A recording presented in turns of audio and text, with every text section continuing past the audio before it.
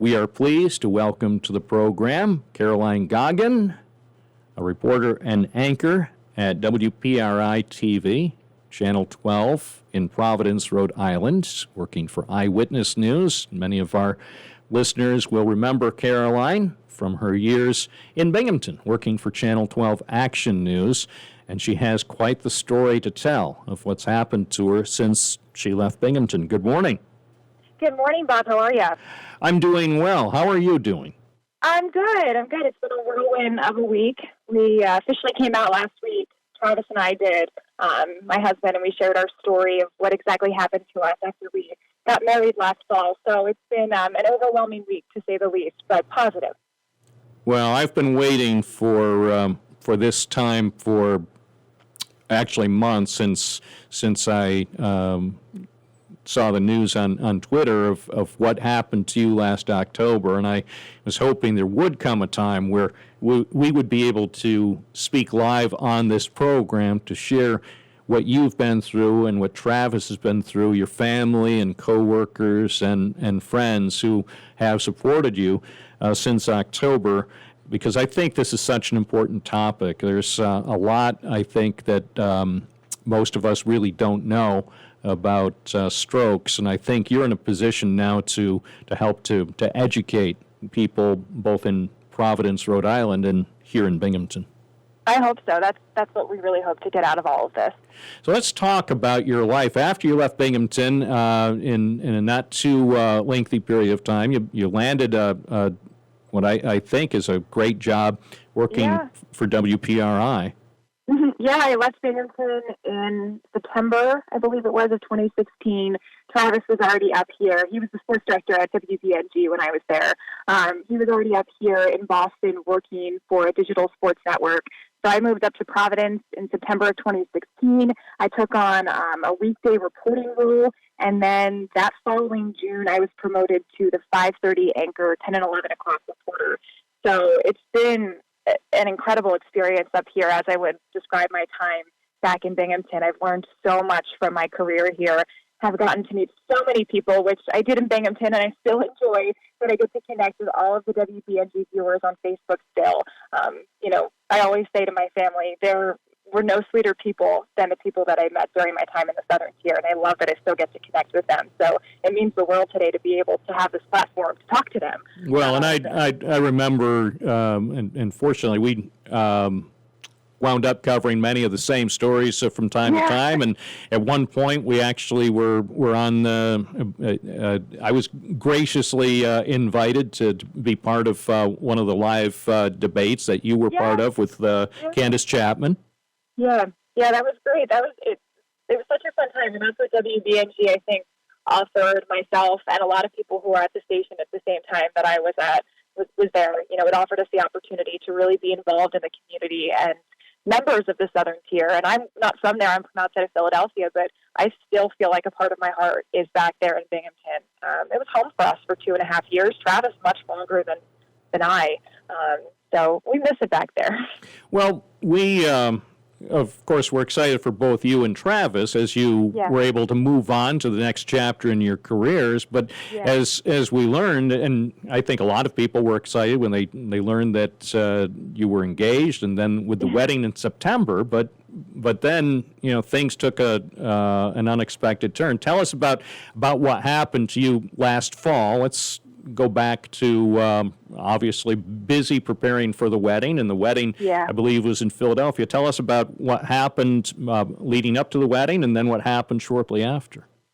So we said to everyone it was pretty much a stress-free planning period for us. We had a lot of support from our families. We ended up getting married back at home on my parents' 33rd wedding anniversary. It was September 20th. It was a beautiful night. It could not have gone better. We had a lot of our friends from WBNG there actually with us to celebrate that night.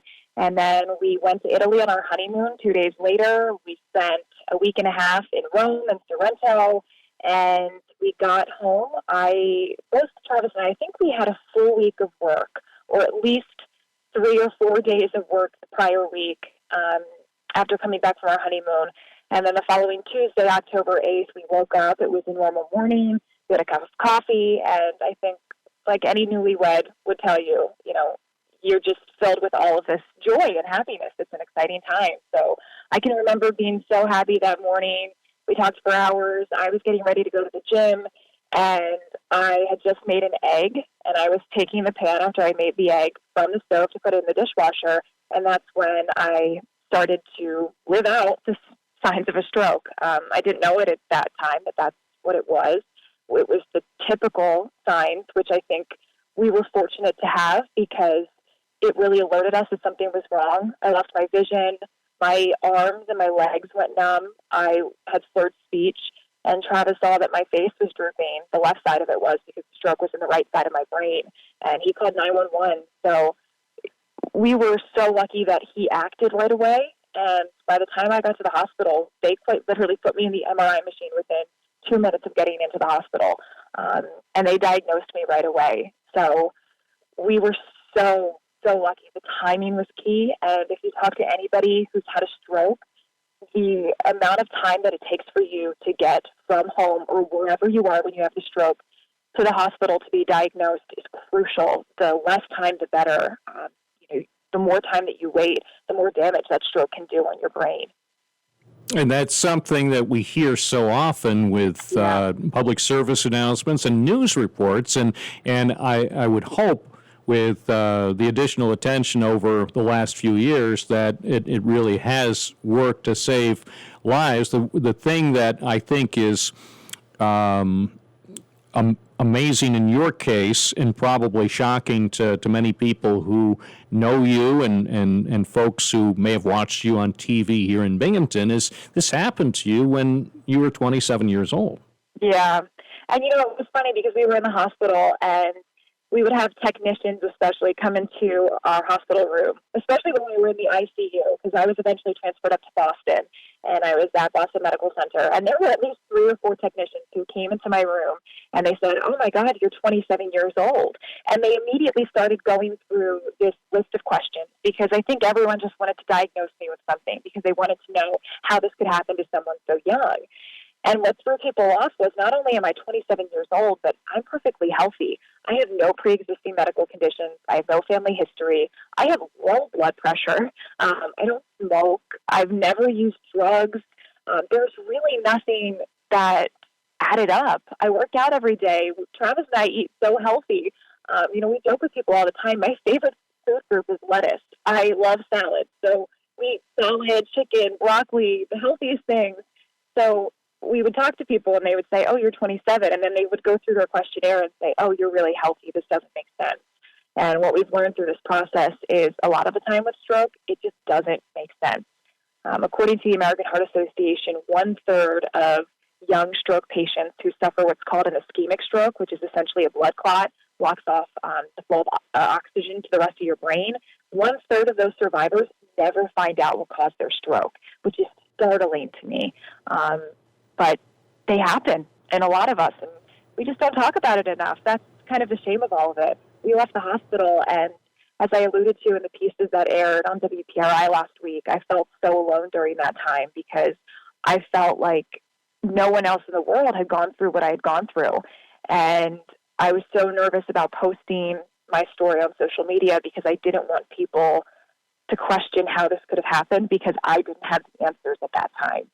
And sure enough, people did. And, I will be honest, we're still searching for answers. My doctors believe they're getting close to finding the cause, but we're still searching. And it's been more than 4 months at this point. That's right. It's been about 4.5 months. Yeah. Throughout all this, were there times when you and Travis were saying, "Why me? Why us? Why could this happen?" Especially just as we were starting our married life together. Why at this time? Yeah, we asked that question a lot. I think I asked that a lot more than him. And I will say, if anyone has met Travis, they know he has such a kind soul. So he was just so supportive throughout the entire process and could not have been more helpful. But there were a lot of days, especially in the first few weeks after I had the stroke and I was at home. My mom was there. My little sister was there. My dad was there. I had friends who came in to stay with me and work from my apartment the weeks after the stroke. My older sister came in, so I wasn't alone. And then when everyone left after 3 weeks, and then I was alone, those were the times when I questioned, I don't understand, why does this happen to me? And, Travis and I are both Catholic, and we had just gotten off of getting married in the Catholic Church. And I think there was a lot of anger at that point. We both believe in God. And I said multiple times to him, I don't understand why God did this to us.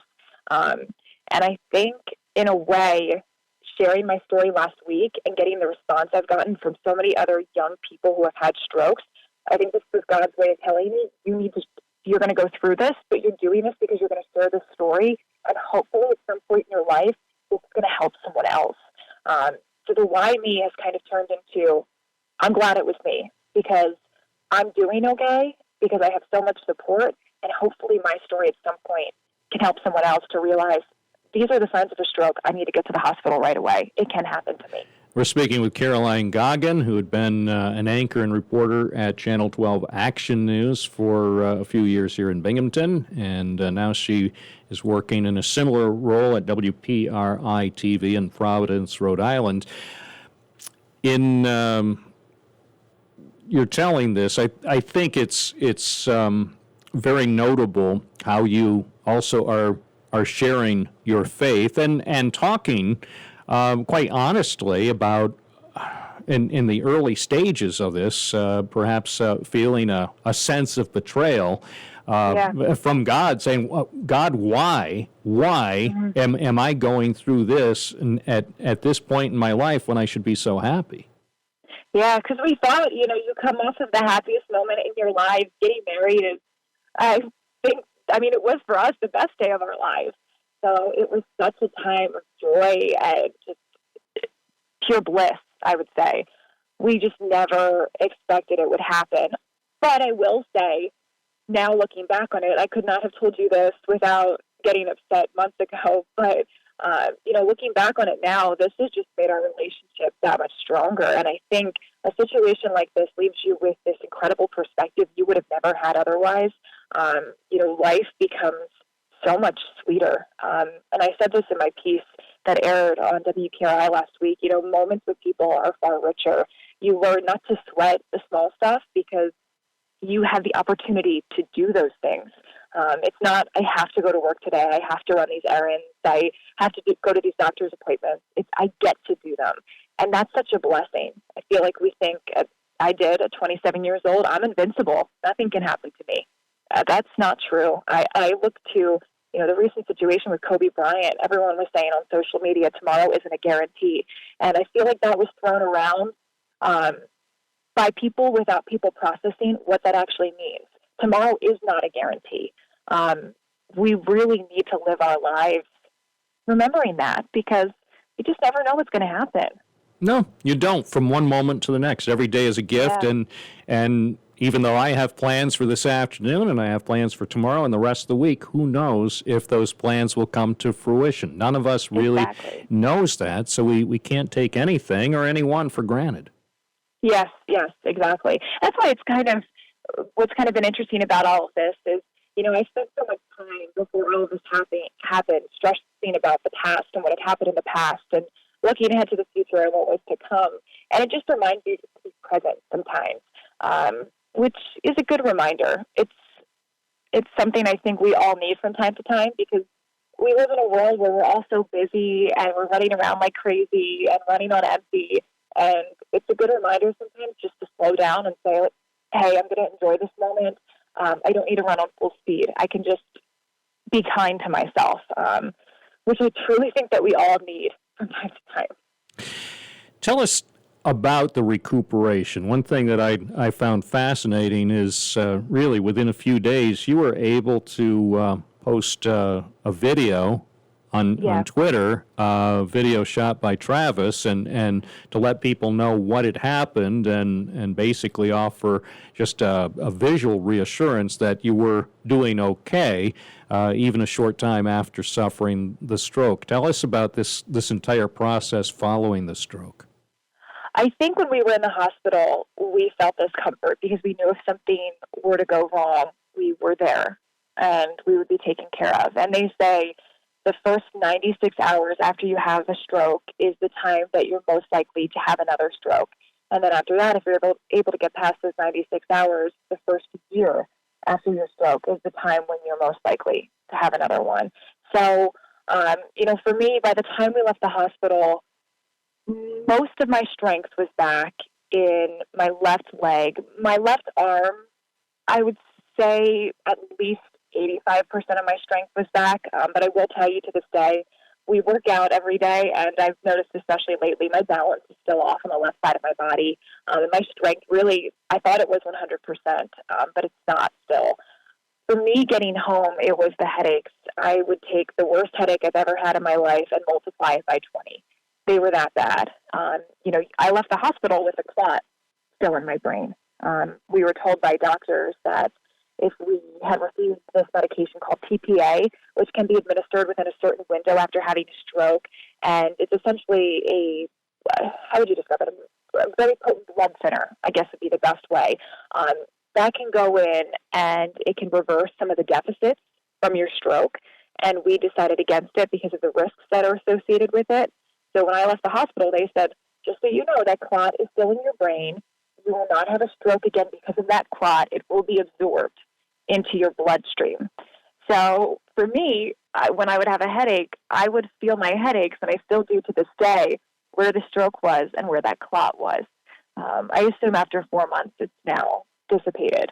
So it was the headaches. It was exhaustion. I couldn't go more than 4 or 5 hours without having to take a nap, and not just a 20-minute nap. It was like an hour and a half every time. And really, it was the emotional recovery for me that was the hardest part of it, which I alluded to in my stories on WPRI. You're 27 years old and you have a stroke. And for me, I thought after I had that anything could have happened to me. And in fact, Travis and I ended up back in the hospital 3 weeks after my stroke because I had chest pains and I thought I was having a heart attack. So we ended up back in the hospital, and they had to put me in a heart attack protocol. And we were in the hospital for another day and a half to find out that I had pulled something in my chest when I tried to work out again.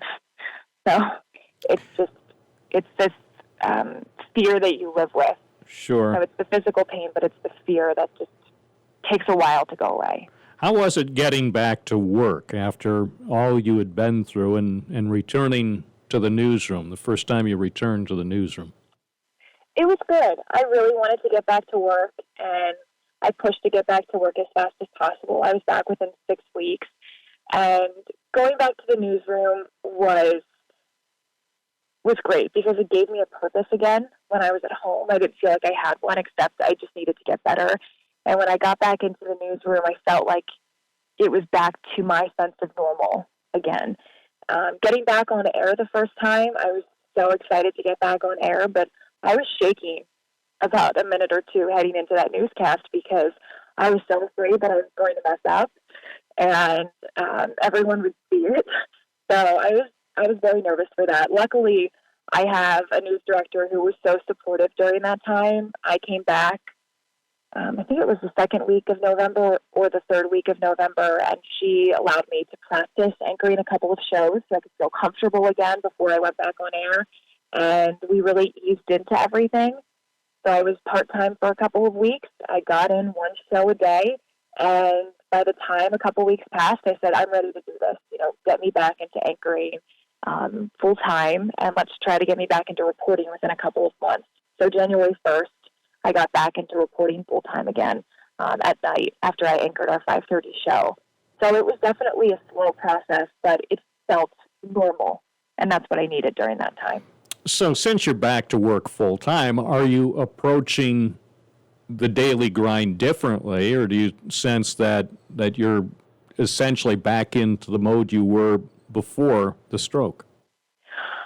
I feel as if I'm back into the same mode as before. I definitely get tired at night a lot sooner than I used to. So I work 3 p.m. until 11:30, the same shift that I worked when I was in Binghamton. So I do get pretty tired by 9:30, 10 o'clock at night. So that's often the time where I'm, chugging a couple glasses of water, trying to get my energy up again. But for the most part, it's business as usual. I will say, with a news job, and I'm sure anyone in the business can relate to this, it's high stress, high emotion. So I've learned with the stress part of it to not let that affect me as much anymore, because it's not worth it. You approach work with a different attitude. Not that you're apathetic to anything, but I think I'm a little easier on myself than I was before. Well, that's an interesting point about stress in the news business, being journalists. I don't know if people who haven't done it understand that there's a level of stress. I've tried to explain this to people too, and sometimes I get a shrug of the shoulders or blank stare.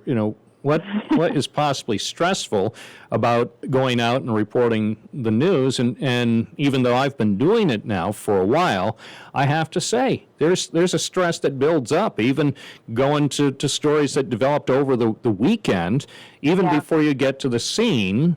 And it's very difficult to describe, and I sense only reporters and certainly first responders know to a degree of the stress of which we speak, but it's part of the job. Absolutely. It's a very stressful job, and I've thought about that multiple times over the last 6 years that I've been part of this business. Sometimes you really have to learn how to check your stress at the door. When you walk into a situation, I walk into a meeting at night that I have to cover, or I get into a scene, because it can get to you. You have deadlines that you have to meet, but I think the stress, for me at least, derives from the responsibility that I have as a reporter. I need to get the story right. There is no opinion that goes into a story, and I need to make sure that the viewer at home understands what I'm getting across. So I think it really comes from the fact that we're responsible for what airs, whether it's on the radio or on television or it's written in a newspaper. We really have to make sure we're doing a service to the public. So there's a lot of stress associated with that. We're always doing the best we can, even if we're imperfect, and that's the reality. It's with any human endeavor. Now, in terms of advice, looking back on what you've been through since October and going forward, what type of advice would you share to all of our listeners, especially younger listeners too, who perhaps never thought about the possibility that they or perhaps someone in their age group could suffer a stroke? I would say to the younger listeners, don't think you're invincible. This stuff can happen to anyone. I have received 57 messages from young people since my stories aired on Thursday who have also had strokes. And these are people I'm talking under the age of 40. So it can happen, and it can happen for a myriad of reasons. Just know the signs. That's the most important way you can protect yourself, is to understand the signs. And for anyone at home who doesn't know them, the typical signs, you can think of B fast. B is for balance. Is your balance off at all? Do you feel any numbness in your legs? E is for eyes. Is my vision impaired at all? Is it blurry? Am I seeing stars? F is for face. Do you have any type of facial drooping or weakness? A is for arms. Same thing as your legs. Are your arms numb? Are they shaking? S is for speech. Is your speech impaired? Is it slowed at all? And then T, as we spoke about before, is for time. The sooner you recognize that something is wrong and you call 911, the better off your recovery process will probably be. So for young people, just know that this can happen, and you need to know those signs, not just for yourself, but for your brother, your sister, your friend, whoever it might be, for your spouse. And then for just people in general, I would say obviously know the signs, but also be kind to yourself, know your body, and if something feels wrong, don't shirk it off. Go get help. I was told that by my doctor when I was discharged from the hospital initially. He said, if you think you have any of these symptoms, call 911. They can show up and they can clear you, but if you don't call 911 and something's actually wrong, you're going to do more damage to your body. Which was good advice, because I think a lot of us are hesitant sometimes to go to the doctors and make that appointment, or to stop into urgent care if you're really feeling terrible that day. Just do it. If you don't feel good, there might actually be something wrong. And it's better to have it checked out and be safe than sorry. Caroline Goggin, your willingness to share your story, what you've been through, what it's been like over the last few months, I think is important. And actually, I find it inspiring that you're willing to do this and let people know, including the folks back here in Binghamton, what has happened, and even share some of your emotions, because I'm sure even now going forward, you still must have a degree of worry about what will be happening in the weeks and months ahead. Oh yeah, we definitely worry about we worry about this a lot more now. I think we worry about a lot of things a lot more than we did before. But, you know, again, as I said before, I think there's this incredible perspective that comes from this situation. And I don't think Travis and I have ever felt stronger as individuals and as a couple before. We feel so blessed and fortunate for our outcome. And I truly hope that this can help someone else. If anything, just that people know that this can happen. We don't talk about it enough. And as I said, I've met so many people through social media over the last 4 or 5 days who have gone through something similar. So this is happening. And even though there might not be a pamphlet at the doctor's office that tells you that you can have a stroke under the age of 55, it can happen. So even if it's talking to your doctor at your next primary care appointment and starting to find out, do I have any risk factors for this? Do I have any family history? That's also something that young people can do, really people of all ages, just to make sure that you know and you're educated. Caroline Goggin, thank you so much. I wish you and Travis the best. We were very fortunate to have you and Travis serving the folks here in the Binghamton region while we had you, and we're glad that you're doing well now in New England. Thank you so much, and shout out to everyone in Binghamton. We really do miss the Southerns here, and I love connecting with people on my Facebook page. So, we really do miss you guys so much. So thank you so much for having me on, Bob. I really appreciate it.